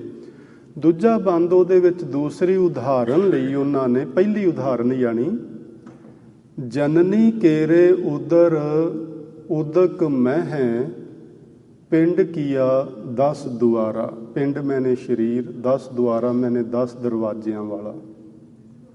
ਇਹ ਕਿੱਥੇ ਬਣਾਇਆ? ਜਨਨੀ ਕੇਰੇ ਉਦਰ ਉਦਕ ਮਹਿ। ਮਾਤਾ ਦੇ ਉਦਰ ਵਿੱਚ ਪਾਣੀ ਤੋਂ ਸਿਰਜਣਾ ਕੀਤੀ ਇਸ ਦੀ। ਸਾਡੇ ਸਰੀਰ ਦੀ ਪਾਣੀ ਤੋਂ ਸਿਰਜਣਾ ਕੀਤੀ ਗਈ ਹੈ। ਗੁਰਬਾਣੀ ਵਿੱਚ ਐਸਾ ਲਿਖਿਆ ਹੀ ਹੋਇਆ ਹੈ, ਜਲ ਕੀ ਭੀਤ ਪਵਨ ਕਾ ਥੰਬਾ ਰਕਤ ਬੂੰਦ ਕਾ ਗਾਰਾ। ਆਹ ਜਿਹੜੀ ਬਿਲਡਿੰਗ ਜਿਹੜੀ ਖੜੀ ਅਸੀਂ ਦੇਖਦੇ ਹਾਂ, ਇਹ ਕਿਸੇ ਆਸਰੇ ਤੇ ਹੀ ਖੜੀ ਹੈ। ਇਹਦੇ ਵਿੱਚੋਂ ਕੰਧਾਂ ਕੱਢ ਦਿੱਤੀਆਂ ਜਾਣ ਤੇ ਬਾਕੀ ਕੁਝ ਨਹੀਂ ਬਚੇਗਾ। ਜਲ ਕੀ ਭੀਤ, ਇਸ ਸਰੀਰ ਦੀ ਦੀਵਾਰ ਕਾਹਦੀ ਬਣਾਈ ਹੋਈ ਹੈ? ਜਲ ਦੀ, ਪਾਣੀ ਦੀ। ਤੇ ਅੱਜ ਤੇ ਮੈਡੀਕਲ ਸਾਇੰਸ ਦੱਸ ਹੀ ਰਹੀ ਹੈ ਕਿ 75% ਜਾਂ ਇਸ ਤੋਂ ਵੱਧ ਪਾਣੀ, ਪੂਰਾ ਸਰੀਰ ਪਾਣੀ ਹੀ ਪਾਣੀ ਹੈ। ਮਿੱਟੀ ਕਿੰਨੀ ਘੱਟ ਹੈ, ਬਾਕੀ ਚੀਜ਼ਾਂ ਤੇ ਬਹੁਤੀਆਂ ਹੀ ਘੱਟ ਨੇ। ਸੋ ਜਨਨੀ ਕੇਰੇ ਉਦਰ ਉਦਕ ਮਹਿ। ਮਾਤਾ ਦੇ ਉਦਰ ਵਿੱਚ ਪਾਣੀ ਤੋਂ ਤੇਰਾ ਇਹ ਸਰੀਰ ਬਣਾਇਆ ਗਿਆ ਤੇ ਉਸ ਸਰੀਰ ਦੇ ਦਰਵਾਜ਼ੇ 10 ਰੱਖੇ ਗਏ। 9 ਦੁਆਰੇ ਪ੍ਰਗਟ ਕੀਏ, 10ਵਾਂ ਗੁਪਤ ਰਖਾਇਆ। ਉਸ ਮਾਲਕ ਨੇ 9 ਦਰਵਾਜ਼ੇ ਤਾਂ ਪ੍ਰਗਟ ਕਰ ਦਿੱਤੇ, ਪਰ ਇੱਕ ਦਰਵਾਜ਼ਾ ਉਸਨੇ ਗੁਪਤ ਰੱਖ ਲਿਆ। ਉਹ ਸ਼ਾਇਦ ਉਹਨੇ ਰੱਖਿਆ ਇਸ ਲਈ ਵੀ ਵੇਖਦੇ ਆ ਖੋਲ ਸਕਦੇ ਨੇ ਕਿ ਨਹੀਂ, ਤੇ ਆਪਾਂ ਸਾਰੇ ਉਧਰ ਕਦੀ ਧਿਆਨ ਹੀ ਨਹੀਂ ਦਿੰਦੇ। ਅਸਲ 'ਚ ਉਹ ਦਰਵਾਜ਼ਾ ਖੋਲਾਂਗੇ ਤੇ ਉਹਦੇ 'ਚੋਂ ਬੜਾ ਕੁਝ ਮਿਲਣਾ ਹੈ ਆਪਾਂ ਨੂੰ। ਇੰਨਾ ਕੁਝ ਉਹਦੇ 'ਚੋਂ ਮਿਲਣਾ ਹੈ ਜੋ 9 ਦਰਵਾਜ਼ ਨਵੇਂ ਦਰ ਫੀਕੇ ਰਸ ਅੰਮ੍ਰਿਤ 10ਵੇਂ ਚੁਈਜੇ। ਇਹ ਤੇ ਗੱਲ ਆਪਾਂ ਕਦੀ ਸੋਚੀ ਹੀ ਨਹੀਂ। ਅਸੀਂ ਇਹਨਾਂ 9 ਦਰਵਾਜ਼ਿਆਂ ਦੇ ਖਲ ਜਗਨ ਵਿੱਚ ਐਸੇ ਉਲਝੇ ਹਾਂ, ਇਹਨਾਂ ਦੇ ਰਸ ਵਿੱਚ ਐਸੇ ਉਲਝੇ ਹਾਂ ਕਿ ਜਿੱਥੋਂ ਅੰਮ੍ਰਿਤ ਆਉਣਾ ਸੀ ਉਹ ਤੇ ਦਰਵਾਜ਼ਾ ਹੀ ਬੰਦ ਹੈ ਤੇ ਅਸੀਂ ਉਹਨੂੰ ਕਦੀ ਖੋਲ੍ਹਣ ਦਾ ਯਤਨ ਹੀ ਨਹੀਂ ਕੀਤਾ। ਸੋ ਇਸ ਲਈ ਭਗਤ ਜੀ ਸਾਨੂੰ ਸਮਝਾਉਂਦੇ ਨੇ ਭਈ ਵੇਖ, ਤੇਰਾ ਜਿਹੜਾ ਸਰੀਰ ਮਾਤਾ ਦੇ ਉਦਰ ਵਿੱਚ ਮਾਲਕ ਨੇ ਬਣਾਇਆ ਹੈ, ਇਹਨੂੰ 10 ਦਰਵਾਜ਼ੇ ਰੱਖੇ ਨੇ। 9 ਉਹਨੇ ਪ੍ਰਗਟ ਕਰ ਦਿੱਤੇ ਨੇ, 10ਵਾਂ ਉਹਨੇ ਆਪਣੀ ਮਰਜ਼ੀ ਨਾਲ ਹੀ ਬੰਦ ਰੱਖਿਆ ਹੈ। ਪਰ ਉਸ 10ਵੇਂ ਵਿੱਚ ਉਹ ਅੰਮ੍ਰਿਤ ਰਸ ਹੈ ਜਿਸ ਅੰਮ੍ਰਿਤ ਰਸ ਨੂੰ ਪਾ ਕੇ ਤੂੰ ਸਦ ਜੀਵਨ ਹਾਸਲ ਕਰ ਸਕਦਾ ਹੈ, ਤੂੰ ਅਮਰ ਹੋ ਸਕਦਾ ਹੈ, ਤੂੰ ਜਨਮ ਮਰਨ ਦੇ ਗੇੜ ਤੋਂ ਮੁਕਤ ਹੋ ਸਕਦਾ ਹੈ। ਪਰ ਇੱਥੇ ਇਸ ਗੱਲ ਸਾਨੂੰ ਸਮਝਾਉਣਾ ਚਾਹੁੰਦੇ ਨੇ, ਦੇ ਆਹਾਰ ਅਗਨ ਮਹਿ ਰਾਖੈ। ਮਾਤਾ ਦੇ ਉਦਰ ਵਿੱਚ ਅਗਨ ਬਹੁਤ ਪ੍ਰਕਾਰ ਦੀ ਹੁੰਦੀ ਏ। ਜਿਵੇਂ ਮਿਸਾਲ ਦੇ ਤੌਰ ਤੇ ਜਿਹੜੀ ਜੰਗਲ ਦੀ ਅੱਗ ਲੱਗੇ, ਜੰਗਲ ਨੂੰ ਅੱਗ ਲੱਗੇ ਤੇ ਉਸ ਅੱਗ ਨੂੰ ਵਿਦਵਾਨਾਂ ਨੇ ਦਾਵਾ ਅਗਨੀ ਆਖਿਆ। ਜਿਹੜੀ ਉਦਰ ਦੀ ਅਗਨੀ, ਇਸ ਨੂੰ ਜਠਰ ਅਗਨੀ ਆਖਦੇ ਨੇ। ਪ੍ਰੋਫੈਸਰ ਸਾਹਿਬ ਸਿੰਘ ਲਿਖਦੇ ਨੇ, ਜਿਸ ਅਗਨੀ ਦੁਆਰਾ ਸਾਡਾ ਭੋਜਨ ਪਚਦਾ ਏ ਉਸ ਨੂੰ ਜਠਰ ਅਗਨੀ ਆਖਦੇ ਨੇ। ਔਰ ਉਸੇ ਹੀ ਤਪਸ਼ ਵਿੱਚ ਸਾਡੇ ਸਰੀਰ ਦੀ ਬਣਤ ਬਣਦੀ ਏ। ਜੇ ਇੰਨੀ ਕੁ ਗਰਮੀ ਇਸ ਸਰੀਰ ਨੂੰ, ਉਸ ਪਾਣੀ ਨੂੰ, ਜਿਹੜੀਆਂ 2 ਬੂੰਦਾਂ ਇਕੱਠੀਆਂ ਹੋਈਆਂ ਨੇ, ਇੰਨੀ ਕੁ ਗਰਮੀ ਉਸ 2 ਬੂੰਦਾਂ ਨੂੰ ਨਾ ਮਿਲੇ ਤੇ ਸਰੀਰ ਦੀ ਉਤਪੱਤੀ ਨਹੀਂ ਹੋ ਸਕਦੀ। ਅਸੀਂ ਜ਼ਮੀਨ ਵਿੱਚ ਬੀਜ ਬੀਜਦੇ ਹਾਂ, ਉਹ ਕਿਉਂ ਫੁੱਟ ਪੈਂਦਾ, ਉਹਦੇ ਅੰਗੂਰ ਕਿਉਂ ਆਉਂਦੇ ਨੇ? ਉੱਥੋਂ ਉਹਨੂੰ ਵਾਜਬ ਗਰਮੀ ਮਿਲਦੀ ਹੈ, ਜਿੰਨੀ ਉਹਨੂੰ ਚਾਹੀਦੀ ਹੈ ਉਹਨੂੰ ਅੰਗੂਰ ਫੁੱਟਣ ਲਈ, ਓਨੀ ਗਰਮੀ ਉਹਨੂੰ ਉਸ ਜਗ੍ਹਾ ਤੋਂ ਮਿਲਦੀ ਹੈ ਤੇ ਅੰਗੂਰ ਫੁੱਟ ਕੇ ਤੇ ਵੱਡਾ ਪੌਦਾ ਬਣ ਜਾਂਦਾ ਹੈ। ਮਾਤਾ ਦੇ ਉਦਰ ਵਿੱਚੋਂ ਜਿੰਨੀ ਜੀਵ ਦੇ ਸਰੀਰ ਨੂੰ ਬਣਨ ਲਈ ਗਰਮੀ ਚਾਹੀਦੀ ਏ, ਉਹ ਗਰਮੀ ਮਿਲਦੀ ਏ। ਉਸ ਗਰਮੀ ਨੂੰ ਜਠਰ ਅਗਨੀ ਆਖਦੇ ਨੇ। ਦੇ ਆਹਾਰ, ਉਸ ਅਗਨੀ ਦੇ ਵਿੱਚ ਵੀ ਤੈਨੂੰ ਕੋਈ ਆਹਾਰ ਪਹੁੰਚਾਉਂਦਾ ਹੈ। ਕੌਣ ਪਹੁੰਚਾਉਂਦਾ ਹੈ? ਪਹੁੰਚਾਉਂਦਾ ਤੇ ਮਾਲਕ ਹੀ ਏ, ਪਰ ਜਰੀਆ ਤੇ ਮਾਂ ਬਣਦੀ ਏ। ਮਾਂ ਦੇ ਸਵਾਸਾਂ ਚੋਂ ਸਵਾਸ, ਮਾਂ ਦੀ ਖੁਰਾਕ ਚੋਂ ਖੁਰਾਕ ਉਸ ਬੱਚੇ ਨੂੰ ਮਿਲਦੀ ਹੈ ਜਿਹੜਾ ਅਜੇ ਉਦਰ ਵਿੱਚ ਏ। ਇਹ ਸਾਰੀ ਕਿਰਿਆ ਕਿਸ ਦੇ ਹੁਕਮ ਵਿੱਚ ਹੋ ਰਹੀ ਏ?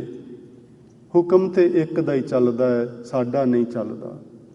ਨਾ ਕਿਸੇ ਡਾਕਟਰ ਦਾ ਚੱਲਦਾ ਹੈ, ਨਾ ਕਿਸੇ ਵਿਦਵਾਨ ਦਾ ਚੱਲਦਾ ਹੈ, ਨਾ ਕਿਸੇ ਫਿਲਾਸਫਰ ਦਾ ਚੱਲਦਾ ਹੈ। ਬਈ ਹੁਕਮ ਤੇ ਉਹਦਾ ਹੀ ਚੱਲਦਾ ਹੈ। ਕਈ ਬੱਚੇ ਉਦਰ ਵਿੱਚ ਹੀ ਅਕਾਲ ਚਲਾਣਾ ਕਰ ਜਾਂਦੇ ਨੇ। ਕਈ ਬੱਚੇ ਉਦਰ ਵਿੱਚ ਹੀ ਉਹਨਾਂ ਦੇ ਅੰਗ ਠੀਕ ਨਹੀਂ ਬਣਦੇ। ਕਈਆਂ ਨੂੰ ਇੰਨੀਆਂ ਨਿਆਮਤਾਂ ਦੇ ਨਾਲ ਮਾਲਕ ਉਦਰ ਵਿੱਚ ਹੀ ਇੰਨੀਆਂ ਵੱਡੀਆਂ ਵੱਡੀਆਂ ਰਹਿਮਤਾਂ ਕਰਦਾ ਹੈ ਕਿ ਉਹ ਜਨਮ ਤੋਂ ਹੀ ਕੁਝ ਨਾ ਕੁਝ ਬਣਾ ਦੇਣ ਦੇ ਸਮਰੱਥ ਹੁੰਦੇ ਨੇ। ਇਹ ਸਭ ਉਸ ਮਾਲਕ ਦਾ ਹੁਕਮ ਹੈ, ਕਿਸੇ ਬੰਦੇ ਦੀ ਆਪਣੀ ਕੋਈ ਮਰਜ਼ੀ ਨਹੀਂ ਹੁੰਦੀ। ਸੋ ਉਸ ਅਗਨ ਵਿੱਚ ਵੀ ਉਹ ਮਾਲਕ ਤੈਨੂੰ ਆਹਾਰ ਦਿੰਦਾ। ਦੇ ਆਹਾਰ ਅਗਨ ਮਹਿ ਰਾਖੈ, ਐਸਾ ਖਸਮ ਹਮਾਰਾ। ਇਹੋ ਜਿਹਾ ਮਹਾਨ ਹੈ ਸਾਡਾ ਮਾਲਕ, ਜਿਹੜਾ ਸਾਨੂੰ ਇਹੋ ਜਿਹੀ ਜਠਰ ਅਗਨੀ ਵਿੱਚ ਰੱਖ ਕੇ ਵੀ ਸਾਡੀ ਸਾਰ ਸੰਭਾਲ ਕਰਦਾ ਹੈ, ਸਾਨੂੰ ਰੋਜ਼ੀ ਰੋਟੀ ਦਿੰਦਾ ਹੈ, ਸਾਨੂੰ ਸੁਆਸ ਦਿੰਦਾ ਹੈ, ਸਾਡੀ ਪ੍ਰਤੀਪਾਲਨਾ ਕਰਦਾ ਹੈ। ਗੁਰੂ ਅਮਰਦਾਸ ਮਹਾਰਾਜ ਜੀ ਨੇ ਆਨੰਦ ਸਾਹਿਬ ਵਿੱਚ ਇਸੇ ਬਚਨ ਨੂੰ ਕਿੰਨਾ ਸੋਹਣਾ ਅੰਕਿਤ ਕੀਤਾ ਹੈ।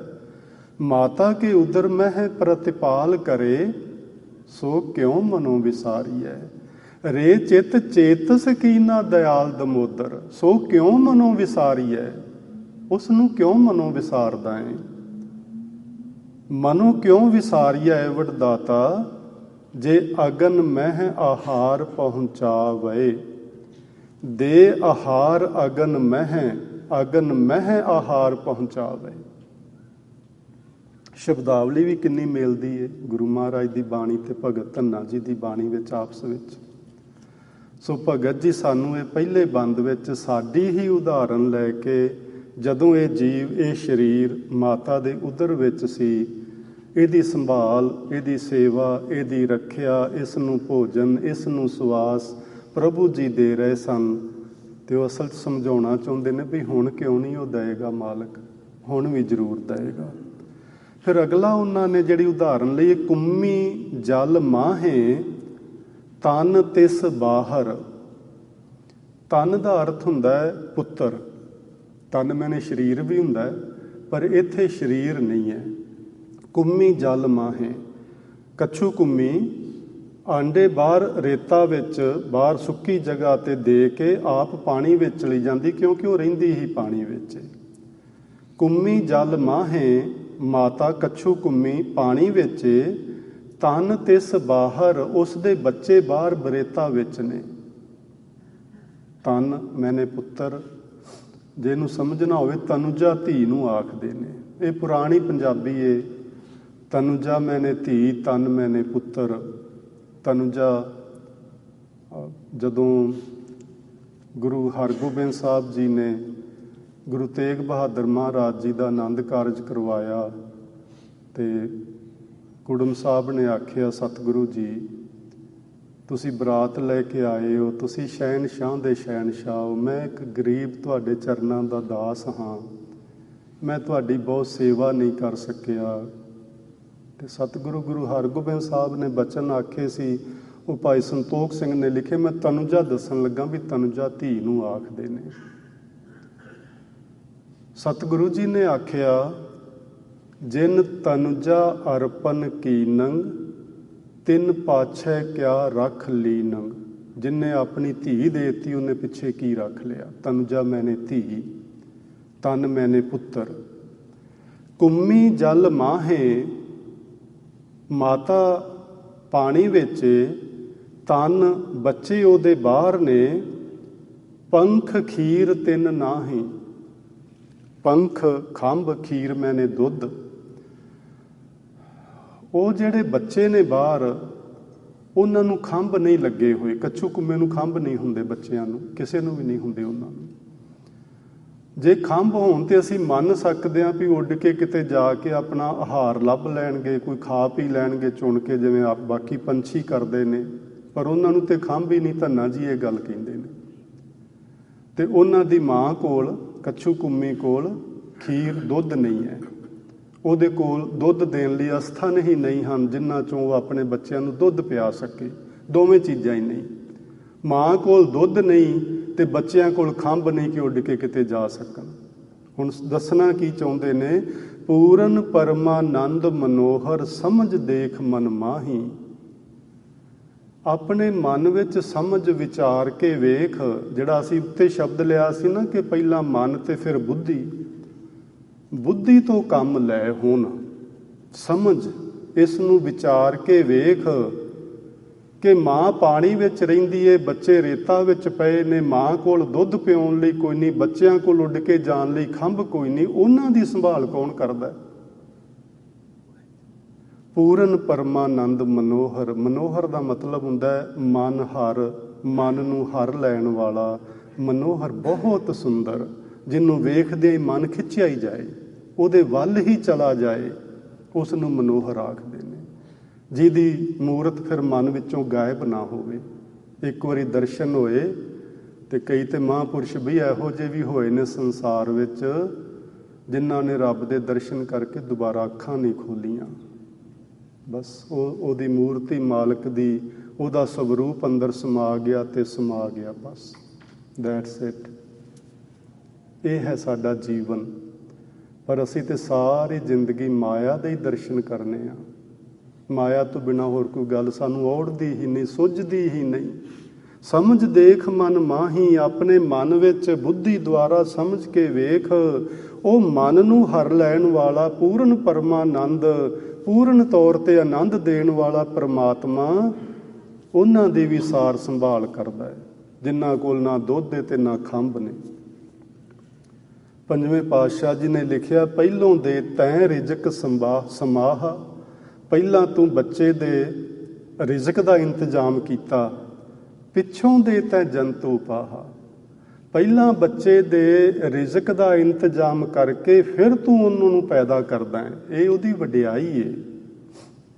ਤੁਧ ਜੇਵਡ ਦਾਤਾ ਅਵਰ ਨਾ ਸੁਆਮੀ, ਲਵੈ ਨਾ ਕੋਈ ਲਾਵਣਿਆ। ਹੈ ਮੇਰੇ ਮਾਲਕ, ਤੇਰੇ ਬਰਾਬਰ ਦਾ ਕੋਈ ਸੰਸਾਰ ਵਿੱਚ ਨਹੀਂ ਦਾਤਾਂ ਦੇਣ ਵਾਲਾ, ਤੇਰੇ ਵਰਗਾ ਦੁਨੀਆ ਵਿੱਚ ਕੋਈ ਨਹੀਂ।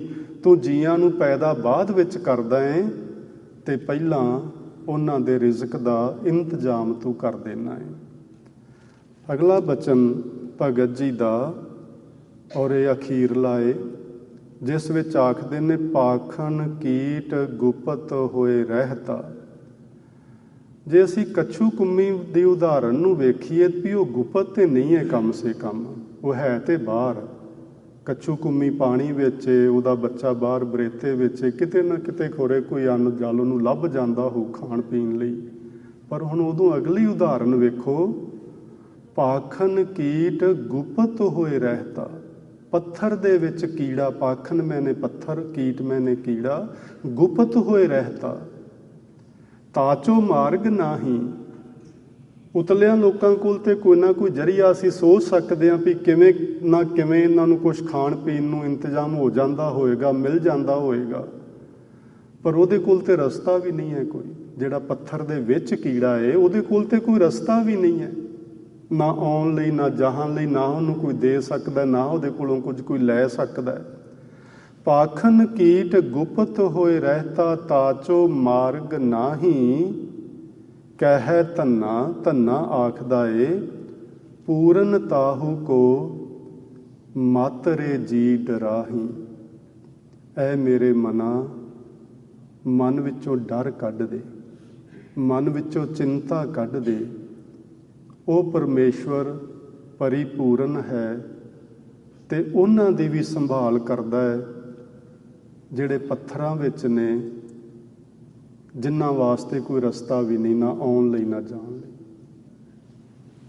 ਆਪਾਂ ਰਹਿਰਾਸ ਸਾਹਿਬ ਜੀ ਦੇ ਵਿੱਚ ਪੜ੍ਹਦੇ ਹਾਂ ਨਾ ਰੋਜ਼ ਹੀ, ਕਾਹੇ ਰੇ ਮਨ ਚਿੱਤ ਵੈ ਉਦਮ, ਜਾਂ ਆਹਰ ਹਰ ਜੀਉ ਭਰਿਆ। ਸੈਲ ਪੱਥਰ ਮੈਂ ਜੰਤ ਉਪਾਏ, ਤਾਕਾ ਰਿਜ਼ਕ ਆਗੇ ਕਰ ਤਰਿਆ। ਉਹਨਾਂ ਦਾ ਰਿਜ਼ਕ ਉਹਨਾਂ ਦੇ ਉੱਥੇ ਪੈਦਾ ਹੋਣ ਤੋਂ ਪਹਿਲਾਂ ਹੀ ਪਹੁੰਚਾ ਦਿੰਦਾ ਹੈ। ਇੱਕ ਵਿਦਵਾਨ ਨੇ ਤੇ ਐਸਾ ਵੀ ਲਿਖਿਆ ਹੋਇਆ ਹੈ, ਜਬ दांत नहीं थे तब दूध दिया, अब दांत दिए क्या रिजक ना दे है। ਦੰਦ ਨਹੀਂ ਸਨ ਤੇ ਉਹਨੇ ਦੁੱਧ ਵੀ ਦਿੱਤਾ, ਚੱਬਣ ਦੀ ਚਿੱਥਣ ਦੀ ਕੋਈ ਜ਼ਰੂਰਤ ਨਹੀਂ ਸੀ। ਹੁਣ ਦੰਦ ਦਿੱਤੇ ਨੇ ਕਿ ਭੋਜਨ ਨਹੀਂ ਦੇਵੇਗਾ। ਅਸਲ 'ਚ ਧੰਨਾ ਜੀ ਸਾਨੂੰ ਇਹ ਗੱਲ ਸਮਝਾਉਣਾ ਚਾਹੁੰਦੇ ਨੇ ਕਿ ਚਿੰਤਾ ਛੱਡ ਦਿਓ।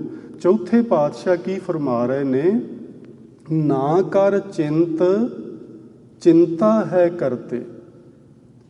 ਉਦਮ ਕਰ ਪਰ ਚਿੰਤਾ ਨਾ ਕਰ। ਨਾ ਕਰ ਚਿੰਤ, ਚਿੰਤਾ ਹੈ ਕਰਤੇ। ਸਾਡਾ ਕਰਤਾ ਕੌਣ ਹੈ? ਪਰਮਾਤਮਾ। ਜਿਸ ਪਰਮਾਤਮਾ ਨੇ ਸਾਨੂੰ ਕੀਤਾ ਹੈ, ਜਿਸ ਨੇ ਸਾਨੂੰ ਪੈਦਾ ਕੀਤਾ ਹੈ, ਜਿਸ ਨੇ ਸਾਨੂੰ ਬਣਾਇਆ ਹੈ, ਸਾਡੀ ਚਿੰਤਾ ਉਸ ਨੂੰ ਹੈ।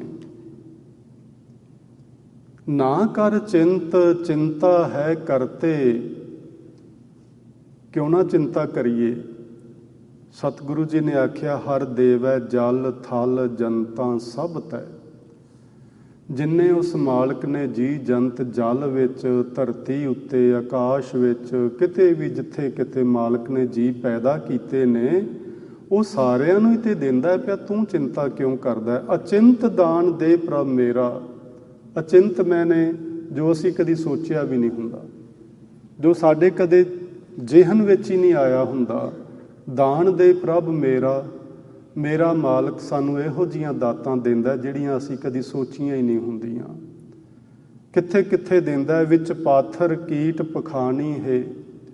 ਪੱਥਰਾਂ ਵਿੱਚ ਕੀੜਿਆਂ ਨੂੰ ਜਾਂ ਜਿੰਨੇ ਵੀ ਜੀਅ ਪੈਦਾ ਕੀਤੇ ਨੇ ਮਾਲਕ ਨੇ, ਸਭਨਾਂ ਨੂੰ ਉਹ ਰੋਜ਼ੀ ਦਿੰਦਾ ਹੈ, ਸਭਨਾਂ ਦੀ ਸਾਰ ਸੰਭਾਲ ਕਰਦਾ ਹੈ। ਐ ਮੇਰੇ ਮਨਾ, ਤੂੰ ਫਿਕਰ ਨਾ ਕਰ, ਤੂੰ ਚਿੰਤਾ ਨਾ ਕਰ, ਤੂੰ ਚੇਤਾ ਕਰ। ਸਿਆਣੇ ਆਖਦੇ ਨੇ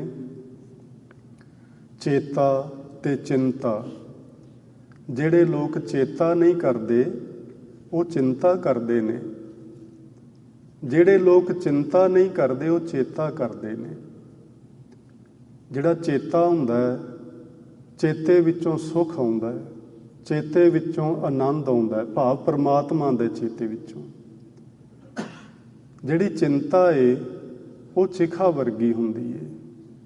ਜਿਹੜਿਆਂ ਲੋਕਾਂ ਨੂੰ ਚਿੰਤਾ ਲੱਗ ਜਾਂਦੀ, ਭਾਵੇਂ ਕਿਸੇ ਗੱਲ ਦੀ ਵੀ ਹੋਵੇ, ਉਹ ਇਸ ਤਰ੍ਹਾਂ ਹਰ ਵਕਤ ਅੰਦਰੋਂ ਸੜਦੇ ਰਹਿੰਦੇ ਨੇ ਜਿਵੇਂ ਉਹ ਚਿਖਾ ਵਿੱਚ ਬਲਦੇ ਪਏ ਹੋਣ। ਤੇ ਪੰਜਾਬੀ ਦਾ ਤੇ ਉਹ ਹੈਗੀ ਨਾ ਕਹਾਵਤ, ਚਿੰਤਾ ਚਿਖਾ ਬਰਾਬਰ। ਚਿੰਤਾ ਜਿਹੜੀ ਕਰਨੀ ਹੈ, ਚਿਖਾ ਵਿੱਚ ਆਪਣੇ ਆਪ ਨੂੰ ਪਾਉਣਾ ਹੈ। ਚੇਤਾ ਕਰਨਾ ਆਪਣੇ ਆਪ ਨੂੰ ਸ਼ਾਂਤੀ ਦੇ ਸਾਗਰ ਵਿੱਚ ਲੈ ਕਰ ਦੇਣਾ ਹੈ। ਸੋ ਉਸ ਮਾਲਕ ਦਾ ਚੇਤਾ ਕਰੀਏ, ਚਿੰਤਾ ਨਾ ਕਰੀਏ, ਉਦਮ ਕਰੀਏ ਪਰ ਚਿੰਤਾ ਨਾ ਕਰੀਏ, ਫਿਕਰ ਨਾ ਕਰੀਏ। ਜੇ ਇਸ ਤਰ੍ਹਾਂ ਕਰਦੇ ਜਾਵਾਂਗੇ, ਹੌਲੀ ਹੌਲੀ ਸਾਡੇ ਚਿੱਤ ਵਿੱਚ, ਜੋ ਭਗਤ ਧੰਨਾ ਜੀ ਆਖ ਰਹੇ ਨੇ, ਰੇ ਚਿੱਤ ਚੇਤਸ ਕੀ ਨਾ ਦਇਆਲ ਦਮੋਦਰ, ਬਿਬਹਿ ਨਾ ਜਾਣਸ ਕੋਈ। ਤੇਰੇ ਅੰਦਰ ਦੀ ਹਾਲਤ ਨੂੰ ਉਸ ਪਰਮਾਤਮਾ ਤੋਂ ਬਿਨਾਂ ਹੋਰ ਕੋਈ ਨਹੀਂ ਜਾਣਦਾ। ਇਸ ਲਈ ਐ ਇਨਸਾਨ ਉਸ ਮਾਲਕ ਦਾ ਚੇਤਾ ਕਰ, ਉਸ ਦੀ ਯਾਦ ਵਿੱਚ ਜੁੜਿਆ ਕਰ।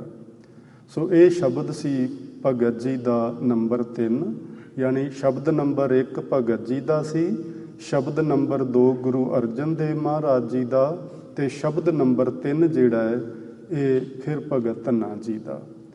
ਇਸ ਤੋਂ ਬਾਅਦ ਉਹਨਾਂ ਦਾ ਇੱਕ ਸ਼ਬਦ ਹੋਰ ਰਹਿ ਗਿਆ, ਉਸ ਨੂੰ ਆਪਾਂ ਅਗਲੀ ਕਥਾ ਵਿੱਚ ਵਿਚਾਰਨ ਦੀ ਕੋਸ਼ਿਸ਼ ਕਰਾਂਗੇ। ਉਹ ਸ਼ਬਦ ਹੈ ਭਗਤ ਧੰਨਾ ਜੀ ਦਾ, ਗੋਪਾਲ ਤੇਰਾ ਆਰਤਾ, ਜੋ ਜਨ ਤੁਮਰੀ ਭਗਤ ਕਰੰਤੇ, ਤਿਨ ਕੇ ਕਾਜ ਸੁਵਾਰਤਾ। ਕਿਸ ਤਰ੍ਹਾਂ ਉਹ ਰੱਬ ਭਗਤਾਂ ਦੇ ਕੰਮ ਸੰਵਾਰਦਾ ਹੈ, ਇਸ ਨੂੰ ਆਪਾਂ ਅਗਲੀ ਕਥਾ ਵਿੱਚ ਸਮਝਣ ਦੀ ਕੋਸ਼ਿਸ਼ ਕਰਾਂਗੇ। ਅੱਜ ਇੰਨੇ ਕੁ ਬਚਨ ਆਪ ਜੀ ਨੇ ਪ੍ਰਵਾਨ ਕਰਨਾ ਜੀ। ਬੇਅੰਤ ਪ੍ਰਕਾਰ ਦੀਆਂ ਹੋਈਆਂ ਭੁੱਲਾਂ ਦੀ ਖਿਮਾ ਬਖਸ਼ਿਸ਼ ਕਰਨਾ। ਪਿਆਰ ਨਾਲ ਆਖੋ ਜੀ, ਵਾਹਿਗੁਰੂ ਜੀ ਕਾ ਖਾਲਸਾ, ਵਾਹਿਗੁਰੂ ਜੀ ਕੀ ਫਤਿਹ।